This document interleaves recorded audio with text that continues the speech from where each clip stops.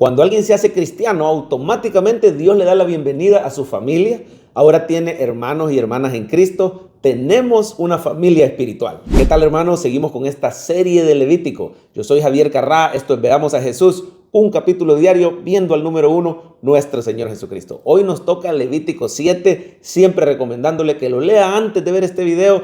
Téngalo frente a usted y mire, creemos que toda la Biblia nos fue dada para conocer más y más a nuestro Señor Jesucristo y su obra de salvación por nosotros. Si leemos la palabra con la llave de Cristo, se nos abren los tesoros de la Escritura y comienza a ser transformada nuestra vida. Yo he tenido tantos hermanos que se me han acercado y me han dicho: pastor, yo he leído Levítico, yo he leído el Antiguo Testamento un montón de veces, pero nunca había visto a Cristo en ellas. Y mi vida está siendo transformada. Escríbanos en los comentarios de este video, por favor, si su vida ha sido transformada al ver a Jesús en las Escrituras. Y sin más, veamos a Jesús en Levítico 7.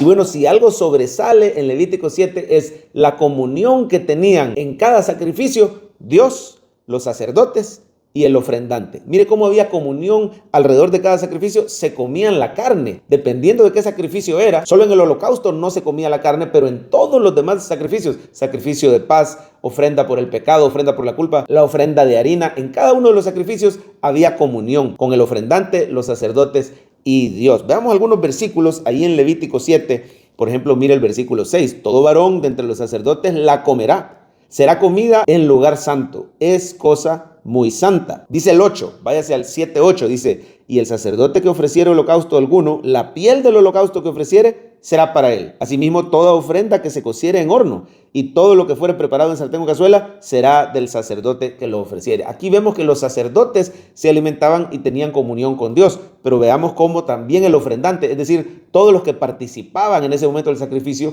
tenían comunión con una comida delante de Dios. Mire por favor el versículo 15.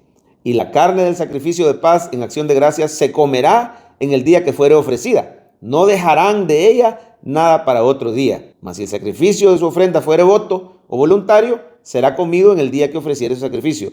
Lo que él quedare, lo comerán al día siguiente. Tanto el día del sacrificio como el siguiente día, que vendría siendo el segundo día, para que no se arruinara la carne, se la comían el ofrendante, los sacerdotes, delante de Dios. Y Dios recibía su parte también, porque ese olor fragante de la grasa en el altar llegaba delante de Dios. Esto nos muestra una imagen preciosa de lo que ocurre hoy cuando alguien pone su fe en el sacrificio de Cristo. Mire, Cristo es ese cordero, ese olor fragante, pero también Cristo es el alimento para nosotros. Él es el pan de vida. Y cuando tú crees en Cristo, tienes comunión con los hermanos en Cristo, con nuestro sumo sacerdote, que es Cristo mismo, y con Dios Padre. Por supuesto, el Espíritu Santo está ahí también cuando se utilizaba el aceite, de manera que algo queda claro en Levítico 7, tenemos comunión con Dios y unos con otros. Así lo dice la palabra cuando dice: si andamos en luz, como Él está en luz, tenemos comunión unos con otros y la sangre de Cristo nos limpia de todo pecado. Tú y yo este día tenemos plena comunión con Dios y con los hermanos. Aprovechemos nuestra familia espiritual. Tú y yo necesitamos nuestra familia espiritual. En el versículo 20 dice que nadie que no fuera limpiado con ese sacrificio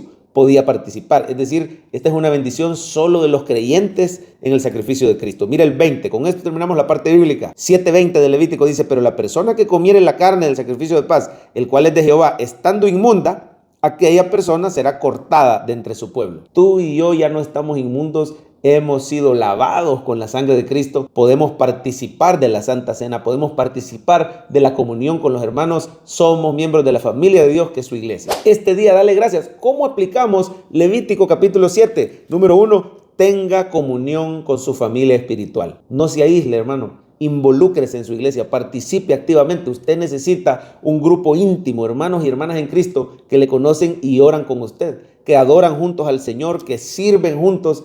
Ellos van a reír cuando tú ríes, van a llorar cuando tú lloras. Ahí tú tienes la oportunidad de amar y de servir con tus dones y talentos a los hermanos en Cristo, miembros de tu familia espiritual. Si hay algún desacuerdo, algún pleito, hay que ponernos de acuerdo con nuestro hermano, reconciliarnos, porque tenemos comunión. Tu familia espiritual está ahí para ayudarte a crecer espiritualmente. Te van a animar, te van a aconsejar, te van a ayudar con actos de servicio cuando estés pasando necesidad. Si es necesario, te van a exhortar. Es un tesoro tener un grupo de hermanos. Asista a un life group y no falte a su iglesia. Involúcrese en su congregación. Y número 2, sea selectivo con sus amistades. Este consejo se lo doy en amor. Tú y yo tenemos relación con inconversos, pero no tenemos que tener comunión con inconversos. Dice la Biblia, ¿qué comunión tienen la luz con las tinieblas?